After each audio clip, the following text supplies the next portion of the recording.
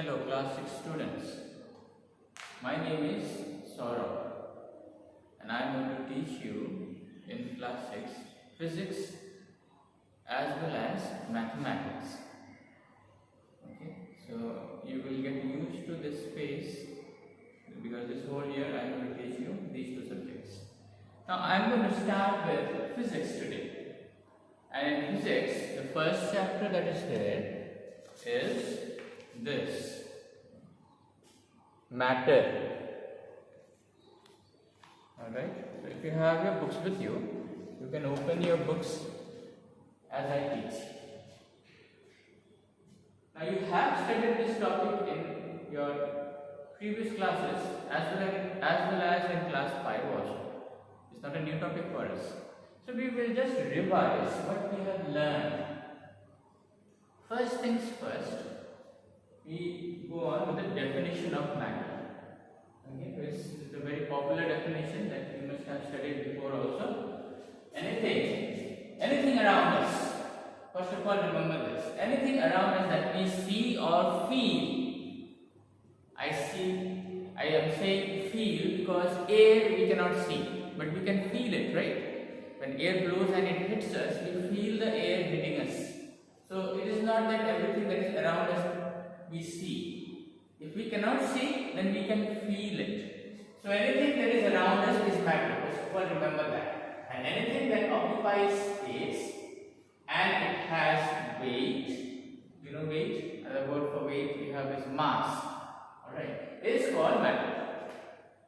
So that anything that can fill up some space, occupy some space, and if you were to find its mass or weight, it will have some weight in it.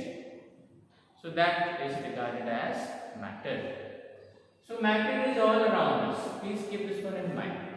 Anything that you see or you feel around you is matter. Starting with this pen. Okay, this pen is a matter. This chalk is a matter. Alright, the book that you are reading, the copy that you are writing on, the table, the chair, the wall of your room, everything, the air that is around you, the water that you drink, everything is matter. Alright, so everything is matter. So there comes a question, what is matter made up of? Matter is made up of atoms and molecules. Now let me give you one small example. Anything that is there, for example this chalk. This chalk, as I make an impression with this chalk, can you see over here? This chalk pieces, chalk powders are there. If I were to break this chalk into pieces till here, if I blow from here, see, when I am blowing from here, what is flying away from my fingers? The powders of chalk. So that powder will be obtained if I grind this chalk into small pieces. Still, I cannot break it anymore. Understand? Till the point where I cannot break this chalk into any more smaller piece. That smallest piece that can be obtained is an atom. Now atom you cannot see with your naked eye. For seeing an atom you will need a very powerful microscope. You know what is a microscope? It is a machine or an instrument which is used to observe tiny objects enlarged in an enlarged way. Okay, small objects, you can see them very large. So that is called an atom. Now atoms cannot exist independently. There cannot be just one atom of a substance, like for this chalk. Okay, atoms need to be bound with each other. Then only they can stay independently. Okay, so one atom cannot stay independently. It has to acquire another atom, and then both of them or three of them or four of them can stay together independently. Alright, so when they bind with other similar atoms or different atoms, can be of different atoms also. Different atoms can come together and stay together. Then the combination of those similar atoms or different atoms is called molecules. Alright, now I am going to explain the concept of this atom and molecule with the help of some examples. Okay, now the first example that I am going to give is water.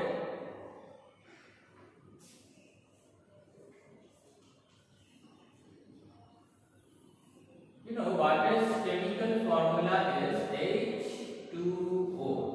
Now these are new concepts for us. You know, there is another similar science subject like physics that is called chemistry. In chemistry, you are going to learn the symbols of different atoms. Now here, H stands for hydrogen, O stands for oxygen. That means this water is made up of two kinds of atoms, hydrogen atoms and oxygen atoms.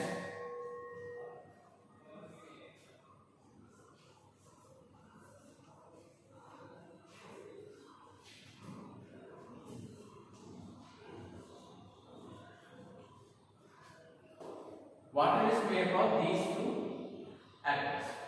Okay, one more thing. Before I go into this example, we need to know another concept that is called element. Now, when I was telling about atoms, you need to know one thing about atom. There are about 118 different types of atoms. And each kind of these atoms we call them as elements. So in that case, hydrogen is also an element because it is one kind of atom. Remember, one kind of atom differs from the other kind of atoms in shape, size, color, chemical, physical properties. Alright, so hydrogen's atom will not be similar to oxygen atoms. They will vary in their shape, size, color, smell, chemical properties, physical properties, and so on. So there are about 118 elements. What are elements? They are atoms. Okay, kinds of atoms. Different kinds of atoms are named. Like the atom of hydrogen. Okay, hydrogen is an element. The atom of oxygen. Oxygen is an element. Alright. So elements are actually made up of similar kind of atoms. So all the atoms of hydrogen element will be made up of hydrogen atoms, which are similar in size and shape and pattern and color and so on. Similarly, oxygen also will have similar kinds of atoms which are not same as hydrogen but similar to itself. So different atoms have been given names, like hydrogen and oxygen are also elements. So these elements are actually different kinds of atoms. So how many kinds of atoms did I say there are? There are 118 kinds of atoms. Each kind is known as an element. They are made up of similar types of atoms. And these elements are actually grouped together in a table which is known as periodic table that you will come across in chemistry. Alright? All these elements which have been discovered by human beings are grouped together in a table which is called as periodic table.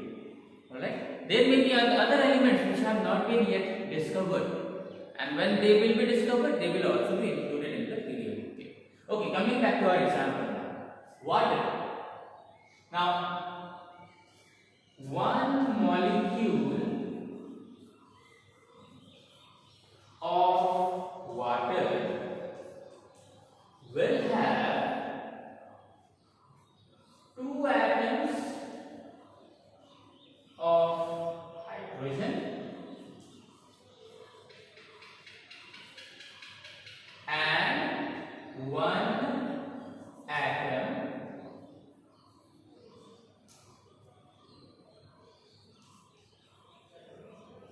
of oxygen.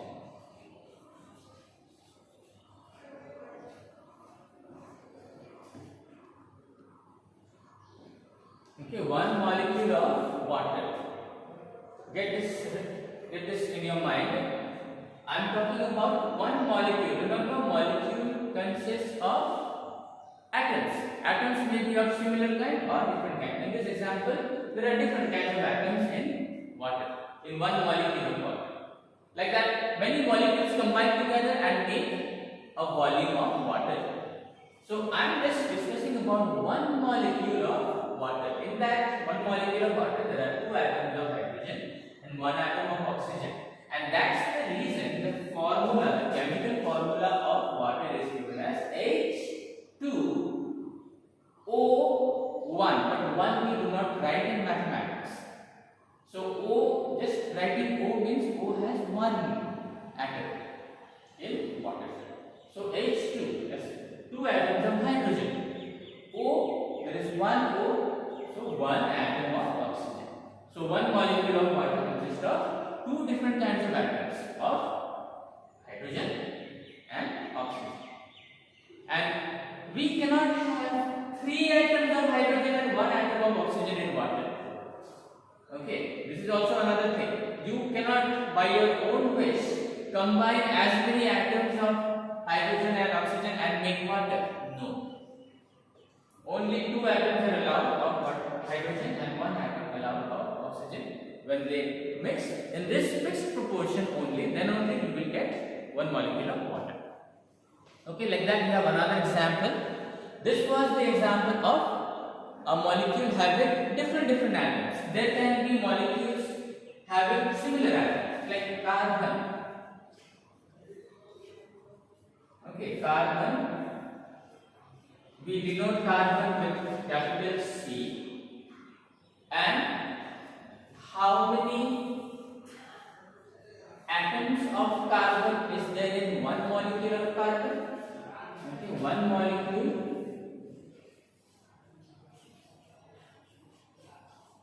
of carbon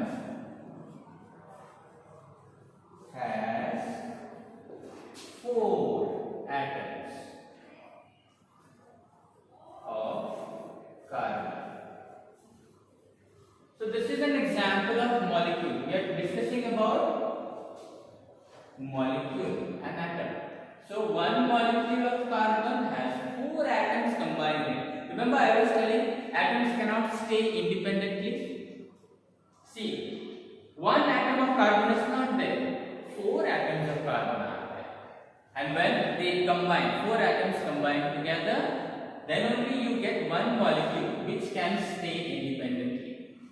Okay, you cannot have just one atom of carbon which can stay independently. It has to search for another 3 atoms, and then all the 4 atoms of carbon combine, and then they make one molecule of carbon, and they exist independently. Otherwise, they cannot stay independently. Okay, one carbon atom cannot stay independently. So atoms cannot exist independently. Okay, molecules can exist independently. Alright, so that's about atoms and molecules. Alright, I hope you have understood this topic. So I am going to upload few videos along with my own video, some other videos from YouTube. You observe those videos for further explanation. Okay, thank you.